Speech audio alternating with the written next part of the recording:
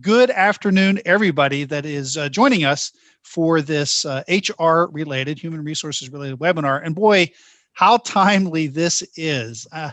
It is an odd time in the business world to be an employer. It's an odd time to be an employee, quite frankly. There are just some weird things going on in the marketplace when it comes to employment. And so I'm glad that you're joining. If you're a member of the Legal Shield community, I'm glad that you're here. If you're an associate, this is a great, there are going to be some great takeaways that you can share with your customers and your potential customers to help them grow their business and make smart decisions for their business. And we've got Derek Donaldson here and Mark Del Greco as well, who are going to be presenting some really good information on HR related matters. If they don't mind, I might chime in periodically to offer some 2 cents, probably not worth quite 2 cents, Canadian 2 cents, we'll call it, on whatever is going on in the marketplace, as well. This webinar is being recorded and it will be posted on our YouTube channel, FIFIC Law Group. Just check us up on YouTube. You will be able to view this offline. And I know that the panelists would be happy to answer your questions.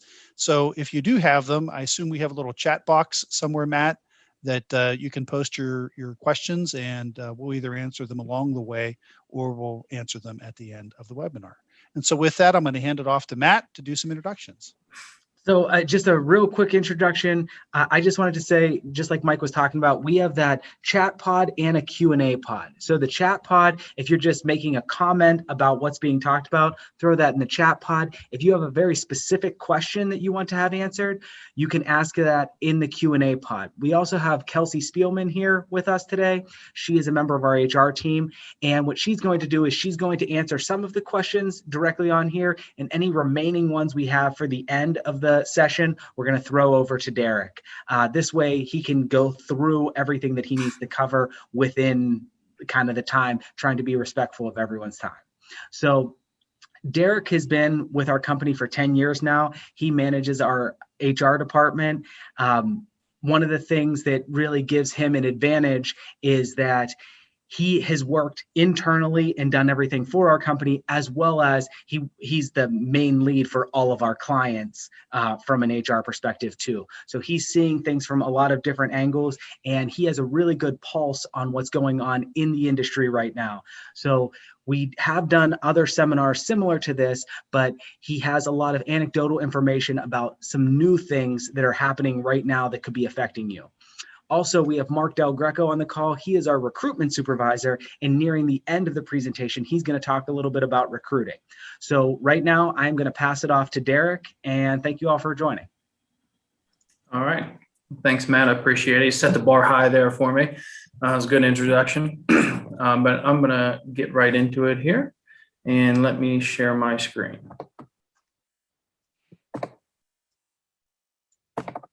Should be out there, and then we'll get into it.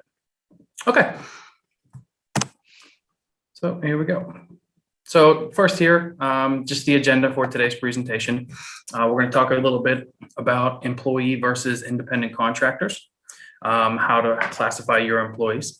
And then along with that, if they are classified as an employee, we're also going to talk a little bit about whether they should be an exempt or a non-exempt employee.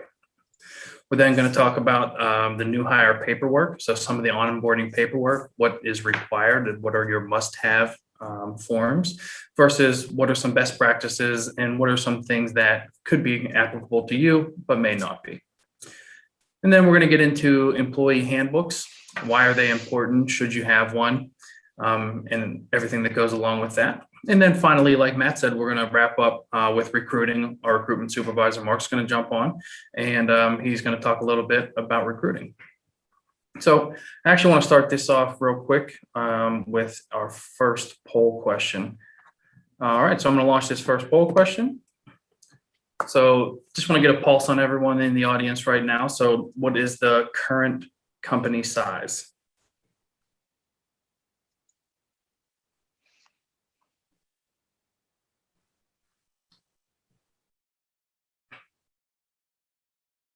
I'll give that a couple more seconds here, and then I will end the polling. All right. And then let me share the results here. Okay, so it looks like the number one answer was between 1 and 10, which is what we would have expected. This is more for small businesses. And then no one between 50 and 100, couple people there, 10 to 50, and then a few people also for over 100. Okay, so that gives me a general ballpark idea here on what we're looking at. All right, and then we'll get moving. So, like I said, the first thing we're going to talk about here is just employee versus independent contractor, and how to classify your employees or classify them as the independent contractor. So I just want to walk through a couple of things about independent contractors. Independent contractors are self-employed, so they are not covered by employment, labor, or related tax laws. Mike actually mentioned it. They are subject to self-employment tax. So the general rule is that an individual is an independent contractor if the payer or the company has the right to control or direct only the result of the work and not what will be done or how it will be done. So here at DBA, we have a gymnasium because we're in an old school. So if we were wanting to have that gymnasium redone and we wanted to use an independent contractor, all we're able to do is control that end result. This is what we want done in this time frame. We're not able to control how things are done. So some factors to consider is the permanency of the relationship. Are they a longstanding employee? Do they work for other companies? Workers' investment in facilities and equipment. So this is related to if you're an independent contractor, you're in charge of supplying your own equipment. So a computer, or if you're in construction, you supply all the tools that go along with that. Also, if you're an independent contractor, you may have your own facilities. So the hiring entity's nature and degree of control. Control is a big thing when looking at independent contractors, like I mentioned in the previous slide. So if you're an independent contractor, that degree of control that the payer or the employer has really just relates to the end product, not the schedule. So when that job is getting done, the time frame or number of hours worked per week or in a day or start and end times. So that control is big when looking at independent contractors versus employees. So the worker's opportunity for profit and loss. So in the example that I just gave relating to the gymnasium getting done, we pay an X amount of money to have that done. As an independent contractor, you have the choice to make of whether you can work 10 hours a day for 7 days a week and do that on your own, or maybe you hire some people to come in. So that degree of profit and loss falls on the independent contractor. And then finally, the amount of initiative, judgment, or foresight in open market competition with others. So many times, independent contractors are going to have their own business cards or their own marketing campaigns. So newspaper ads, yellow pages about their job and their skill set. So these are just some questions to ask. So behavioral control. So does the company control or have the right to control what the worker does and how the worker does his job? So we talked about that a little bit already, but independent contractor, just that end result, not what the worker does or how they do it. Financial control. Are the business aspects of the worker's job controlled by the payer or the employer? So how does that financial responsibility fall? Like I said, in the example with the gymnasium. And finally, the type of relationship. So are there written contracts or employee type benefits? So if you have an independent contractor, you should really have an independent contractor agreement with them that kind of walks through what the expectations are. If you're on the employee side, you're going to see the benefits. Do you offer medical, dental, vision, a 401k, paid time off? Those are all things that an employee would receive, but an independent contractor would not.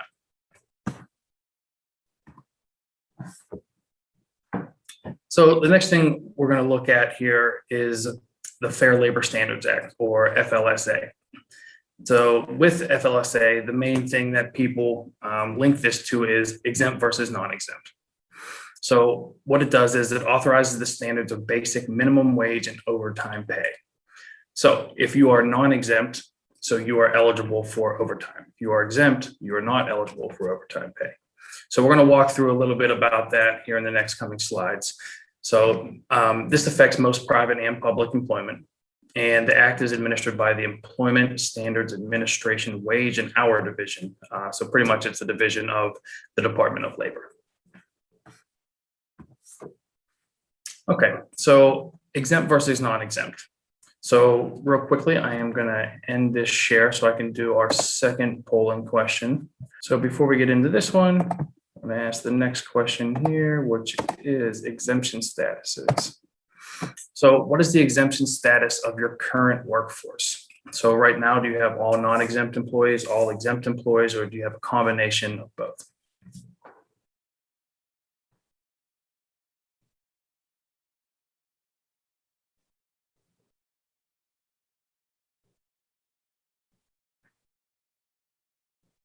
Right, give that a couple more seconds here, and then I'll end this and share the results.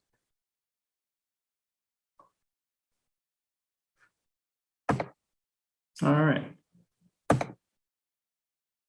Okay, so all non-exempt, 13%, all exempt, 25%, and then a combination of both, 63%. And that's more along the lines of what you would want to see there for most companies, depending on the size. You should have a combination of exempt and non-exempt employees. All right. Okay.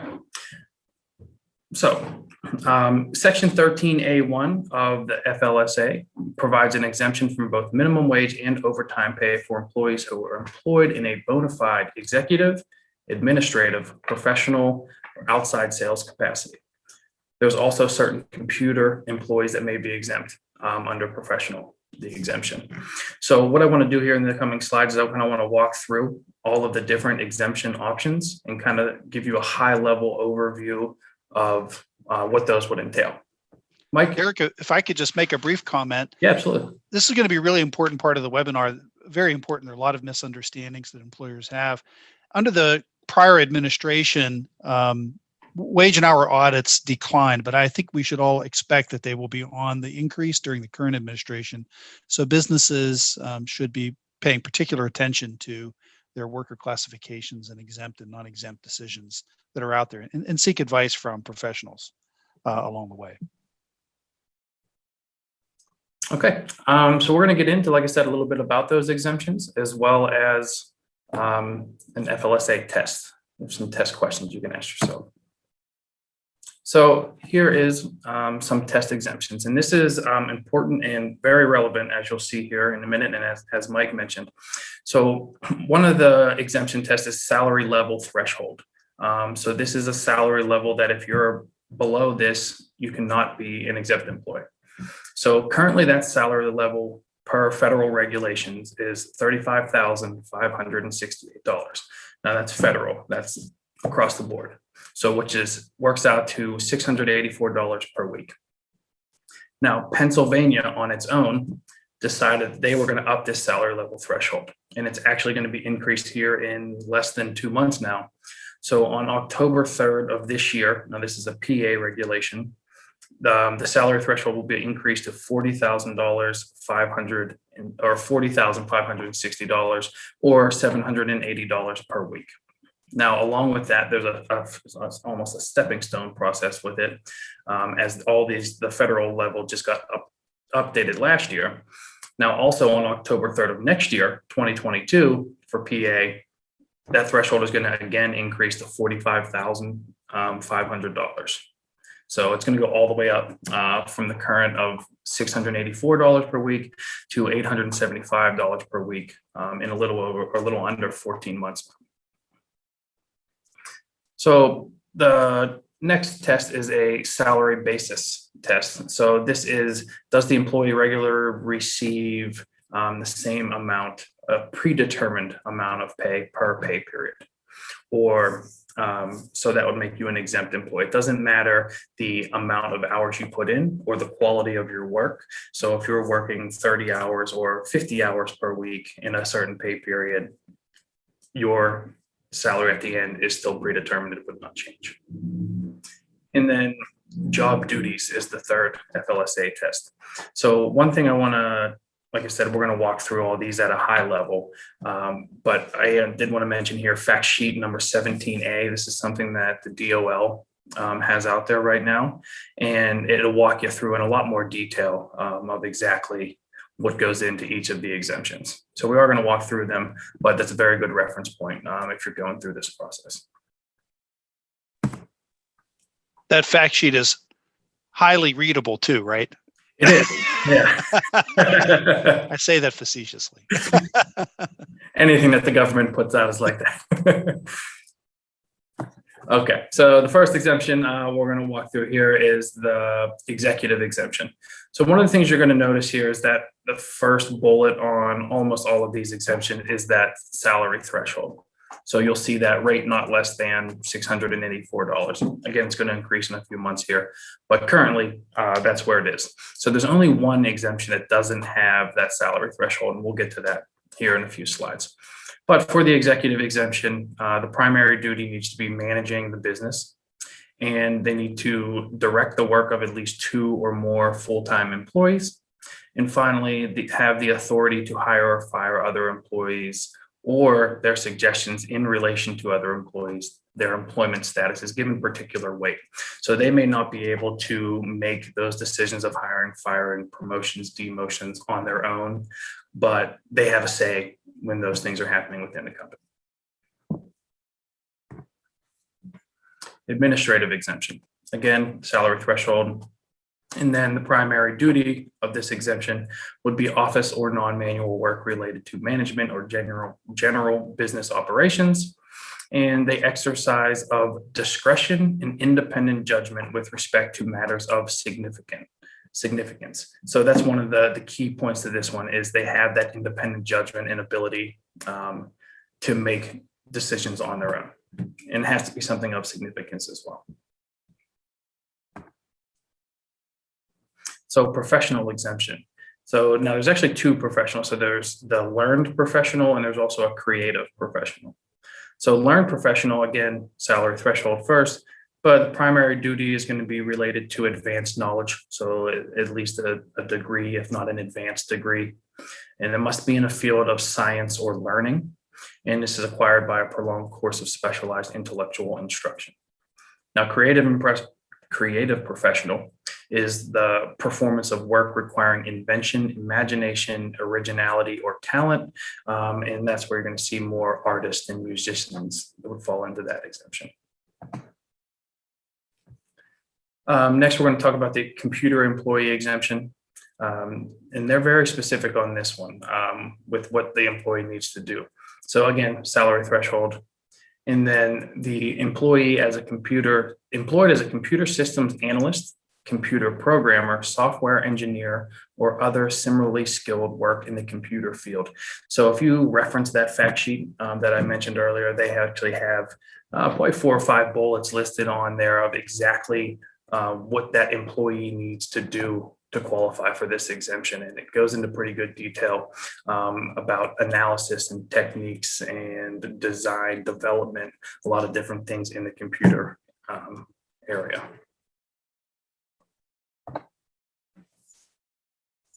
So the last exemption we're going to talk about here is the outside sales exemption. And this is the one exemption that I mentioned that does not include that salary threshold. So the primary duty for this exemption would be making sales, which makes sense. And then customarily, they are away from the office. So they're not in office, it's outside sales. So they're regularly engaged away from their normal employers' offices.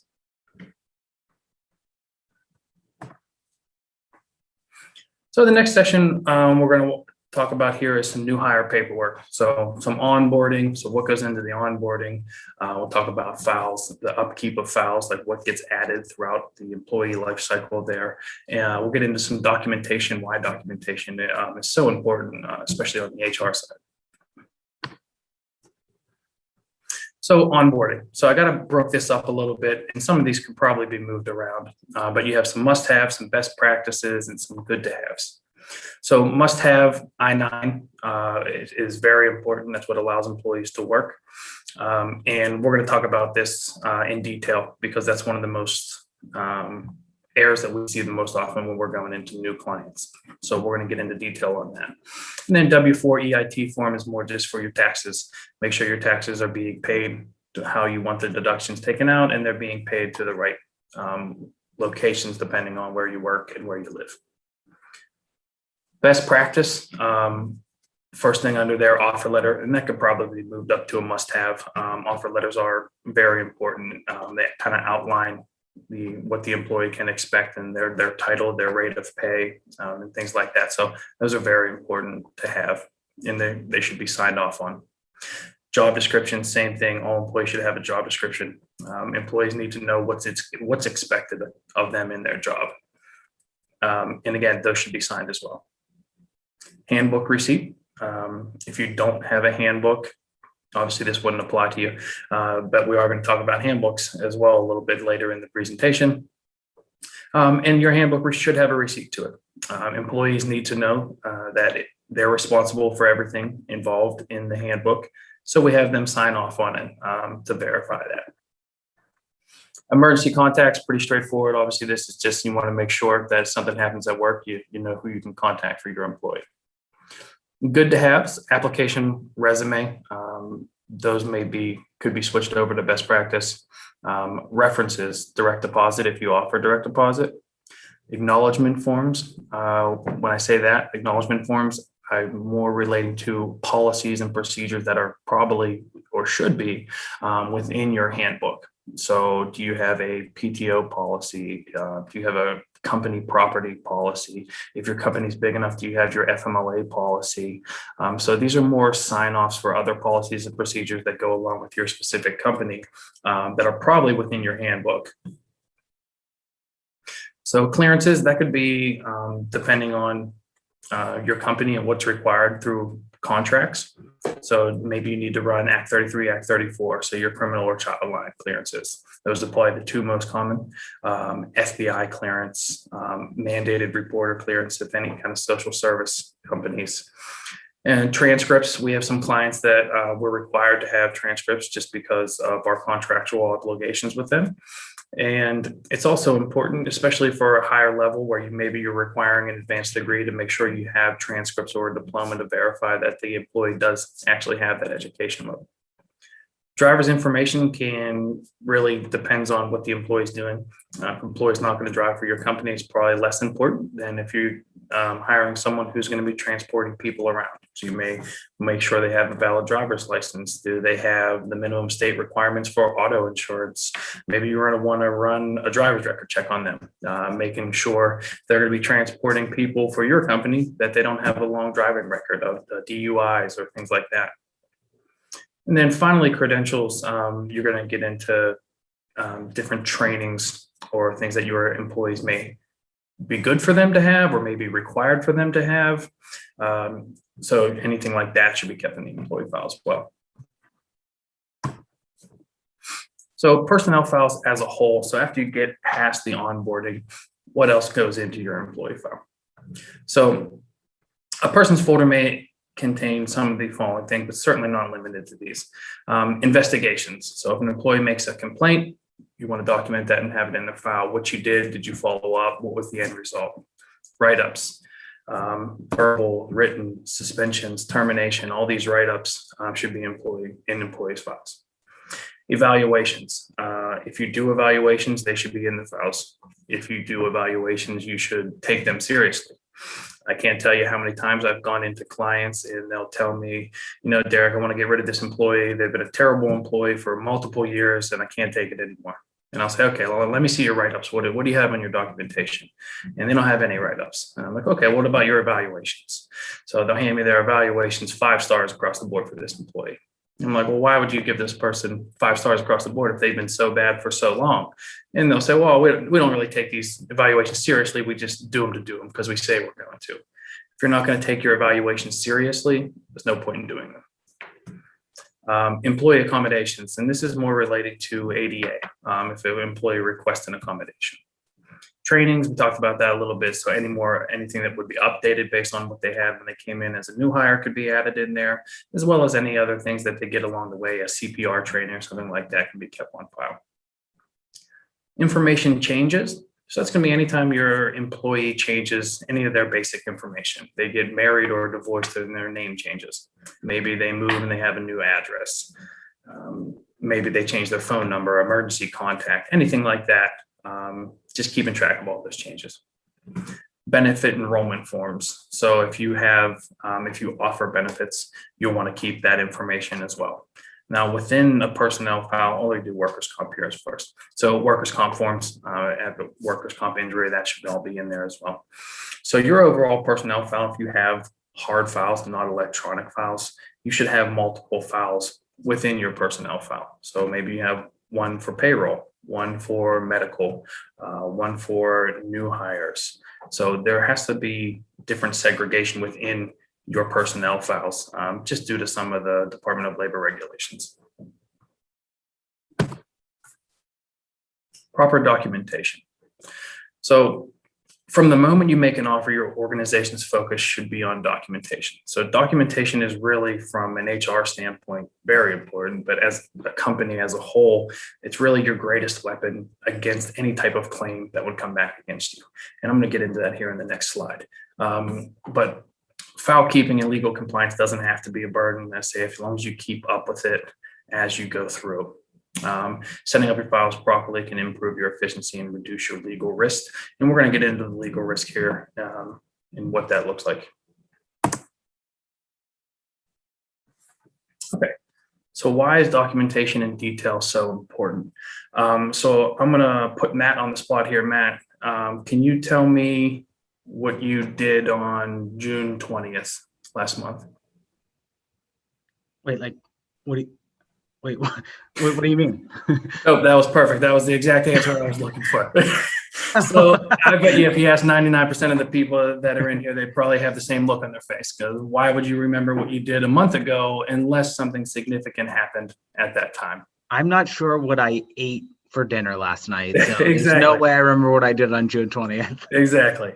So that is why documentation is so important, because when you get into things like unemployment, EEOC discrimination claims, or lawsuits, those are not things that happen quickly, let alone just 1 month ago. Unemployment, you could be 2-3 months before you receive that, especially with how backed up they are right now. EEOC, I've received EEOC claims as up to multiple years after an employee has left. So there's a very long lag between when an employee may leave your company versus when something legal may come down the line. So that's why it's so important for documentation, because if you can't remember what you did a month ago, you're definitely not going to remember the details of an incident 6 months ago or a year and a half ago. So it's very important to not only have proper documentation, but have the necessary detail within that documentation to make sure when you go back and read it, you understand what happened and why you did what you did.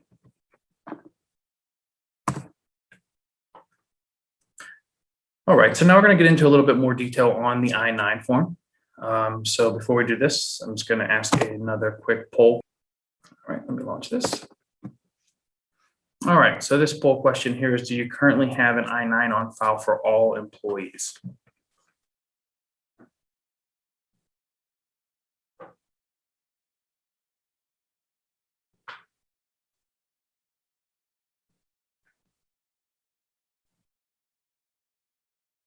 All right, give it a couple more seconds here and I'll end the polling. All right, let me share those results. A majority of people, 86%, said yes, which is perfect. And we have 14%, one person down there. So what is an I-9?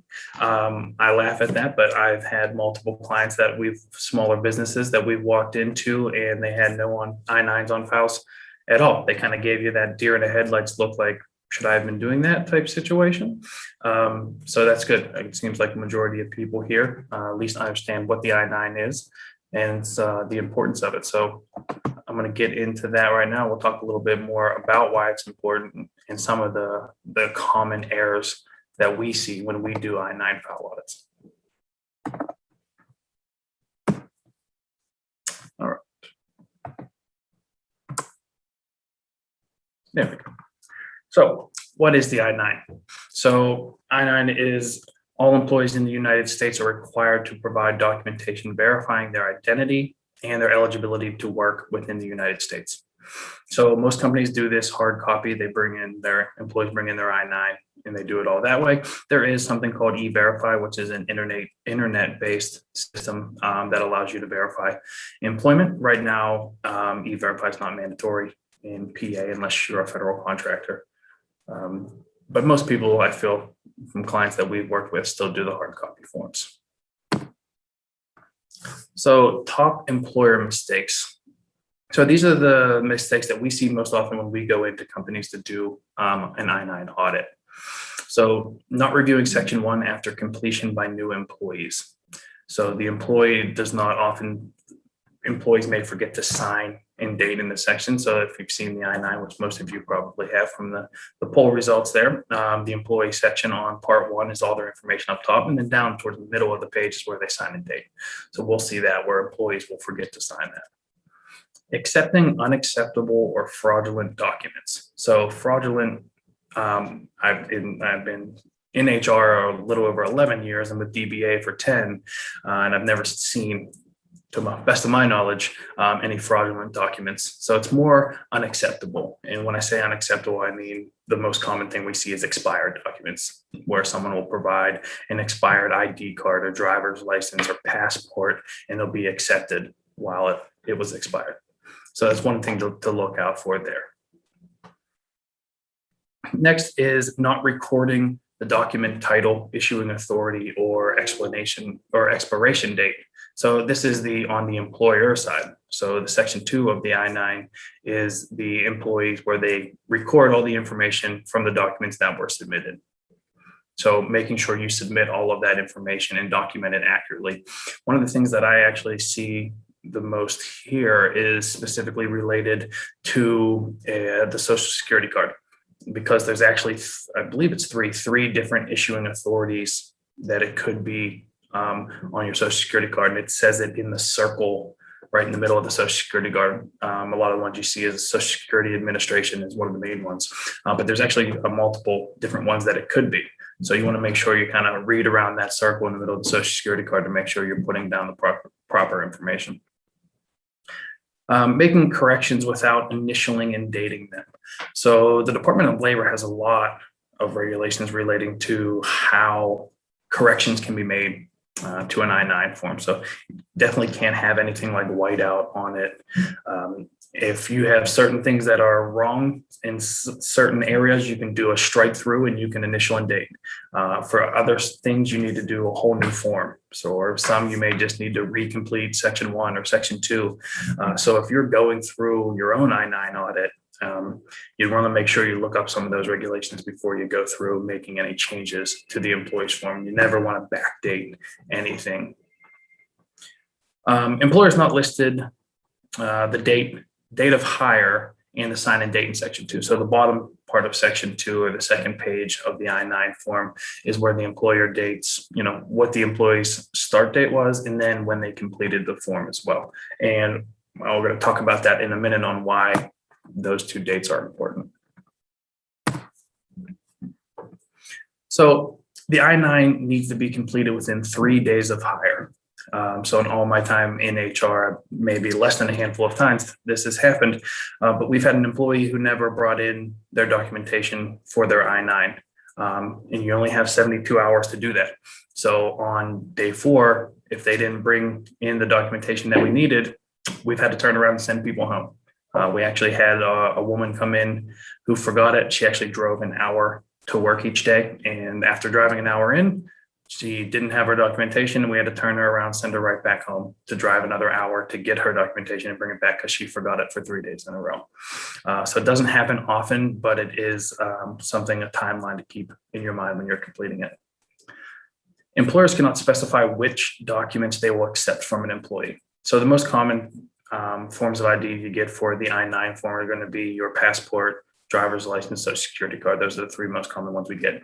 But you cannot tell employees those are just the passport or the driver's license and Social Security card that they have to provide those ones. The I-9 has a list of acceptable documents, and you have to accept anything that's on that list. Employers may but are not required to photocopy the documents presented. If photocopies are made, they should be made for all employees and re-verifications. So I would recommend that everyone should be making copies of new or I-9 documents that are submitted to you. Best practice just to have those with you, and you should be doing them for everybody. Nothing looks worse if you get the Department of Labor is doing an audit and you only have spotty records of these people, we have the documentations, these ones we don't. And then if one of those people that you don't have the documentation for isn't eligible to work in the United States, the optics of that are not great. So I would recommend doing it for all employees, and again, be as consistent as you can. And then the last note is just independent contractors do not need to complete I-9 forms, just because we were talking about that earlier. They're not an employee, not something they would need to complete.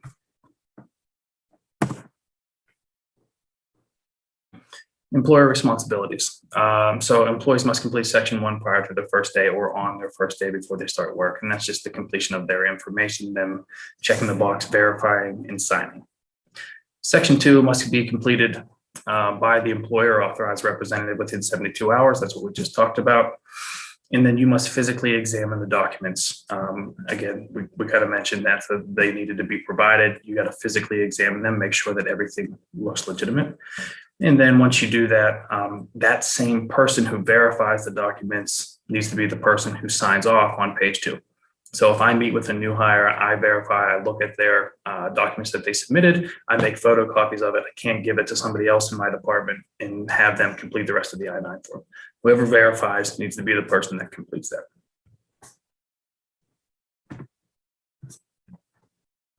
Acceptable ID documents. The big thing here is just unexpired. So an unexpired document from list A. So that's a document showing both identity and work authorization, which is going to be your passport is the most common one you see.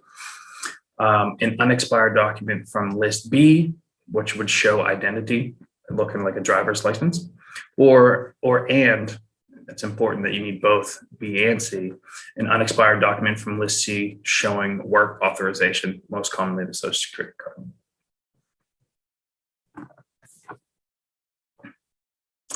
All right, compliance. I talked a little bit about I-9 compliance from the poll that we did at the beginning. It seems like most of the people in here are smaller businesses, so it probably wouldn't take you a great amount of time here to go through your employee files to audit your I-9s and make sure everything's completed and falls in line with the way it needs to be. And then fines. So this was, I believe this was as of last year. Fines per individual for paperwork or technical violations range from a little over $200 to a little over $2,000. And those are technical violations are you forgot a signature or a date, or you didn't copy down the documentation right on section 2. But fines for knowingly hiring and continuing to employ unauthorized workers ranges from almost $600 to over $4,500. It can be even higher for repeat offenders. Retaining I-9 forms. So an employee's I-9 form should be stored separately from personnel files. So that's something I briefly mentioned earlier, is having those different files within an employee's personnel file. But I-9 should be kept separately, normally in an I-9 binder. And it should be one for active and terminated employees. So you should have an active I-9 binder and a terminated I-9 binder. If an employee is rehired within 3 years from the date or his or her previous I-9 was completed, the employer may either update the existing form or complete a new one. So on the second page of the I-9, there's a re-verification section. And if an employee leaves and comes back within 3 years, you're able to complete that re-verification, or you can have them complete a whole new form. Either one would be fine. And then finally here, I-9 forms need to be retained for 1 year after termination or 3 years from date of hire, whichever is later. So if you hire an employee today and they leave tomorrow, you need to keep that I-9 for 3 more years. And now if an employee starts today and they're here for 10 years and then they leave the company, you need to keep that I-9 for 1 year after that date of termination. So whatever the longer is of those 2 dates, that's how long you need to keep the I-9. All right, so my last section here before I turn it over to Mark is just talking about employee handbooks. And then this is actually going to be our last polling question. So let me stop share and get this last question out there for you guys. So this last question is just, do you currently have an employee handbook?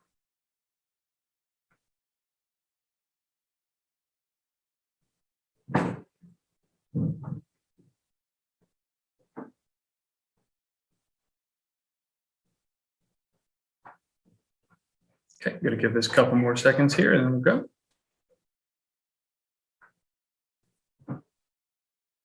All right, and polling there. So it looks like majority, 67% say yes, 17 no, and 17 unsure.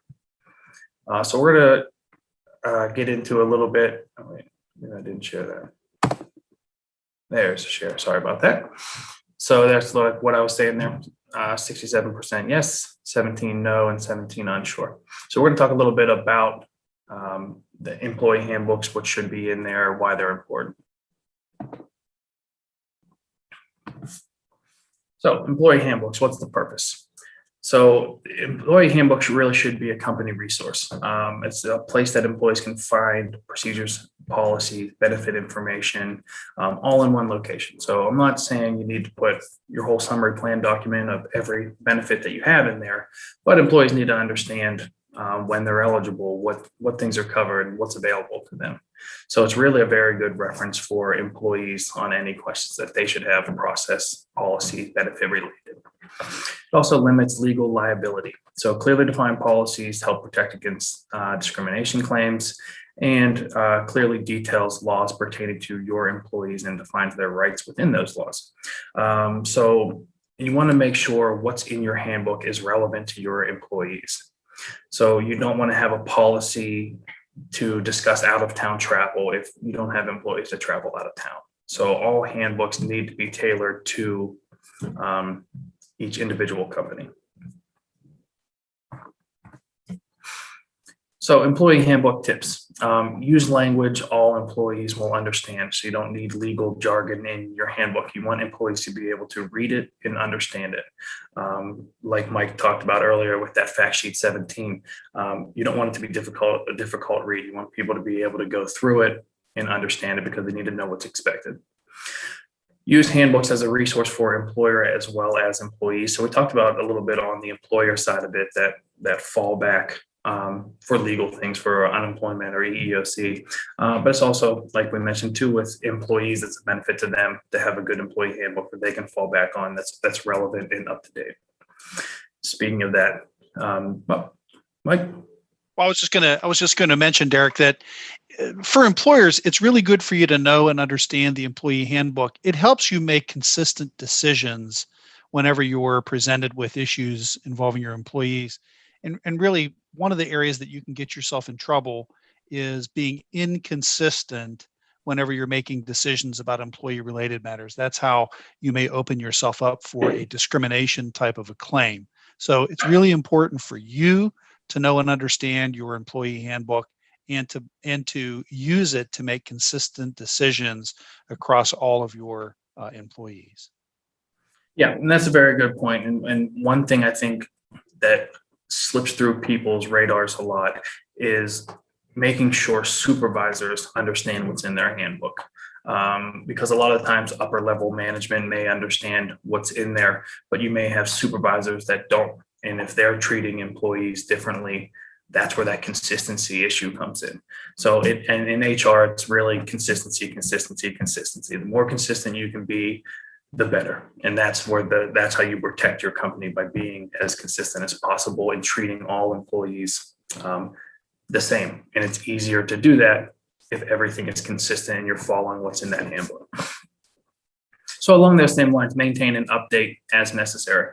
This isn't something that every time a policy changes, you need to update it and send it out to all employees.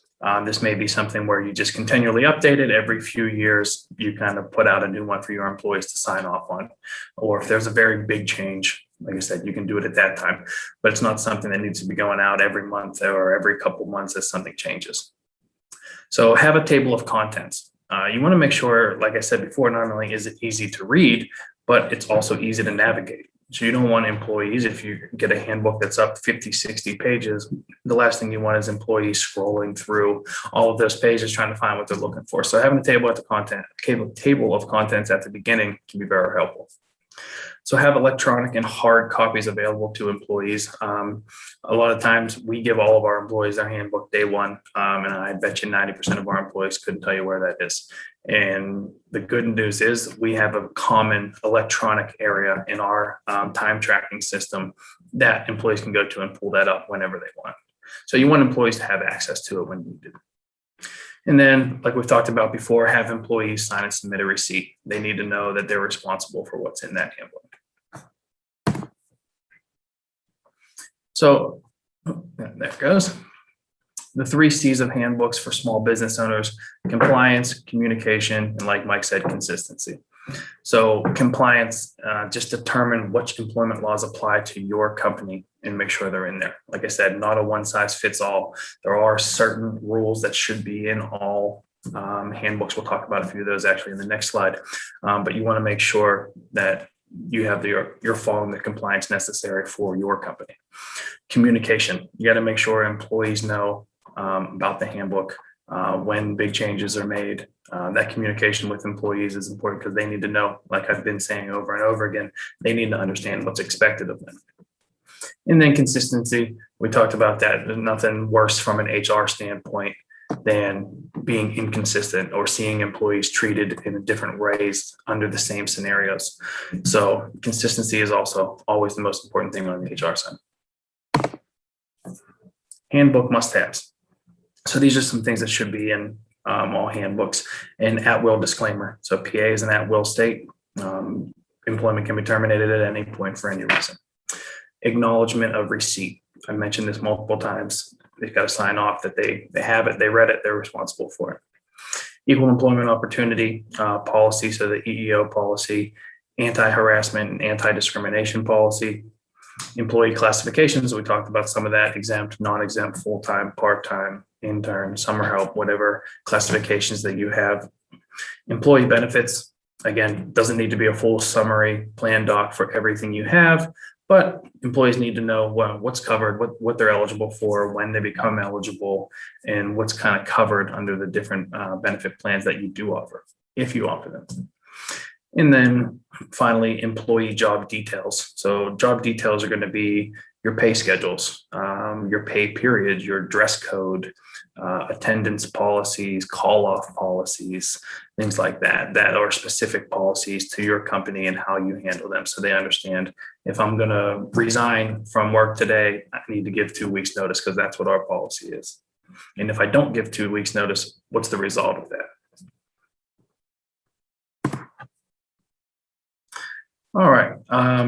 So we talked about this a little bit: handbook, federal and state laws. So FLSA, we talked about it in this presentation, Fair Labor Standards Act, exempt, non-exempt, overtime rules, ADA, Americans with Disabilities Act, reasonable accommodations, COBRA, if you're eligible for COBRA, or mini COBRA, if you offer benefits and you have less than 20 employees, FMLA, if you have less than 50 employees, this doesn't need to be in your handbook because you're not eligible for it. If you're over 50, it does need to be in there. And again, this is something, a long policy. If you're eligible for FMLA, should be in there. Employees should sign off on it as well. And then any and all other applicable state or federal laws that may apply to your company specifically. And with that, I think that is the end of my side. I am going to now turn it over to Mark. I will be here just to give you a quick overview on recruiting. It just kind of ties in with HR, so we figured it'd be a good time to speak on it. I'm not going to go into crazy details. I spoke about it last month, but if anybody has any questions, feel free to put them in the chat, or I can answer them at the end as well. Okay, so how do I go to the next slide here? Yeah. Okay, so basically the process for recruitment is, whenever you're determining that you have a hire that you want to make, there's kind of an internal checklist that you have to kind of go through and realize that is going to be part of the process. And this is kind of the order in which I think the best way to think about it is first, you need to determine the type of hire that you want to have. And I'll go through these on the next slide.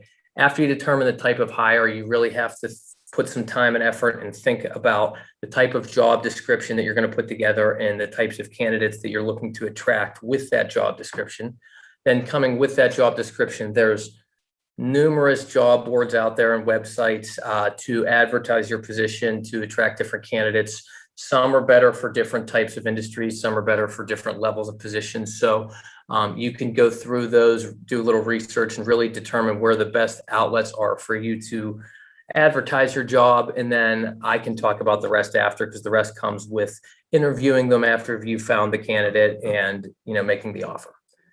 So the types of hires the type of candidate that you want to hire, basically you want to determine if you need somebody as a permanent position, temporary position, and then there's two other kind of, those are the two main types, permanent or temporary / contract. Then there can also be temp to perm and per diem. So essentially a permanent, I don't know, we didn't go too far. So a permanent employee is basically somebody that has a set schedule, is going to work full-time. It doesn't have to be full-time, be full-time or part-time. Someone that has a set schedule and is typically given benefits. Now, it's not always the case. There can be somebody that is a permanent employee that's part-time that still doesn't get benefits. It's basically a repeatable schedule. So somebody that's every Monday through Friday, 9 to 5, or it can be something, you're every Tuesday, Wednesday, Thursday, 9 to 5. You technically would be a permanent part-time employee. What a temporary contract employee is there's typically a length on how long you need this a particular candidate. So for instance, you may have somebody that's going to go out on maternity leave for the next 2 months. That would be where you would look to hire a temporary or contract employee. With these types of employees, it's typically an hourly rate. You typically do not give them benefits. And it's, like I said, typically for a set term. The two types of kind of offhand types of hiring that you can do are temp to perm and per diem. So what temp to perm or permanent is, as I mentioned, you may have somebody that goes out on maternity leave, but maybe you were a little bit shorthanded even before they went out, and you were kind of deciding if you wanted to hire a second person for that position. Or maybe you have a type of position where it seems like every month and a half, the person is leaving and you have to kind of do the process over again. And you don't really want to be in a position where you're like a contract employer, just have somebody new every month, but you also don't want to commit to anybody long-term because you don't want to run the risk of them leaving. This is where you would utilize the temp to perm. Typically what the rate and what the standard is with the temp to perm is you hire somebody on a contract position, they work for you, and after 90 days of employment, you have to convert them to a full-time permanent employee. So it might be something where you want to test the people out to make sure that they like the job, you like them before you want to offer somebody permanent. You can always convert them before that 90-day period. But typically if you agree on a temp to perm basis, after that 90 days, that candidate from a contract perspective most likely will either move on, you will move on from them, or you will convert them to perm. The other type of hiring is per diem. What per diem is you have no set schedule. It's just kind of hire as needed, and whenever it's not needed, you're done. Types of what's common in per diem type of hiring is, within the healthcare industry, maybe a company gets really busy within home care or within any type of industry, and they have to hire a bunch of nurses, but they don't know what the schedule is. It's based on, when the clients come to them, and then they have to schedule things. Or maybe you have to hire a cleaning service every time your office gets a little bit out of hand. You would call them and hire them on a per diem basis. What that means is you don't have them on retainer. It's not like they're expecting your call. It's basically any type of contracted service that you are requiring for your business. So those are the 4 types of hiring. As I mentioned, permanent and temporary, obviously the 2 most common, with permanent being the most common. So after you determine what type of candidate you're looking for your individual need, you then want to develop the job description. And of course, the job description should look a little bit different if you're looking for temporary employees opposed to permanent employees. If you're looking for temporary employees, you'd want to focus the job description a little bit more on the actual responsibilities of the role, because that's all that's going to be relevant to them. They're not going to be a long-term employee. They don't care about the company culture as much. They don't care as much about the growth potential or who it's reporting to. They're looking at this as a 1 or 2 month paycheck, go and do what's needed and get out. If you are looking to hire a permanent employee, you want to put a little bit more thought into maybe describing the culture of the team, the culture of the company. It's always really good if you can lay out, I know you can't get too descriptive, but you want to lay out at least some sort of reporting structure, who the candidate would be reporting to, if they have any direct reports, things like that. These are all types of questions and types of things that when candidates are reading descriptions or determining if they want a job, these are all things that they're going to ask if they're not clear on. So as clear as you can be in the job description, you will attract a lot more candidates if you put a lot more work into the job description. Oftentimes companies just have, and no offense to you, Derek, but somebody in HR write the job description, and it's somebody in HR that's writing a job description for duties on a team that they have nothing to do with. So if you think about it logically, they're not even qualified most of the time to be able to give the specifics of that job, the selling points of that job. It's going to be much more general. Those types of descriptions, put yourself in the candidate's shoes. The rule's not clear, you pass on and move on to the next one. There's a lot of companies out there posting job descriptions. So I know it's an annoying process, and it's a process that nobody really wants to take the time to do, but I can't stress enough that if you put more time into the job description and thinking about, who you're trying to attract and what you want to attract, you're going to have a lot more success when you actually go out and advertise that position. When you're advertising or sourcing, there's two types that you can basically think about. There's proactive sourcing and reactive sourcing. Proactive sourcing is essentially cold calling, messaging, cold emailing, messages on the job boards, going to job fairs, things like that. Reactive sourcing is essentially posting jobs, or it also could be at a job fair for people coming to you, but post a job out there, wait for the interested candidates to come to you, and take it from there. Most of the recruitment that's done in this day and age is reactive, just with technology and the ability to get out there. A lot of the proactive recruitment comes through LinkedIn messaging and cold calling and things like that. But reactive sourcing, unless you have an actual recruitment team that has the time to go out there and proactive source, reactive is what's going to be most applicable to everyone. So what I can tell you about this, after you have the job description, it's also important to think about what job sites you're posting on, because some are better for different positions and some will generate no traffic. So there's hundreds out there. Typically the main ones are LinkedIn, Indeed, ZipRecruiter, Facebook Jobs, and each one carries different pros and cons based on what you're looking for. I would say if you're looking for a high level executive type of employee, I would say LinkedIn's probably the best. If you're looking for a more common lower level or a type of position like a service coordinator, things like that, where it's going to be a pretty common job, regardless of what company you are working for, the types of responsibilities are going to be the same. Things like Indeed and ZipRecruiter seem to be a little bit better for that. So really, I would think about, after you have it, where you want to post it. There's also job sites out there. One that we utilize that's fantastic, that's called Jazz HR, where you post it onto there and it posts it out to not all 20, but 20 different job sites out there. So you don't really have to manage 20 different subscriptions, and you don't really have to manage 20 different sites with applicants. It all kind of utilizes it into one. It's been a huge time saver and actually a money saver. So I would highly recommend looking into something like that. But if you do not have the time or the resources, I would say Indeed and LinkedIn are probably the two highest traffic generating sites for sure. After you are starting to get the applicants, a lot of people ignore the screening process and jump straight into the interview process. And there can be instances in which that is beneficial and saves you time.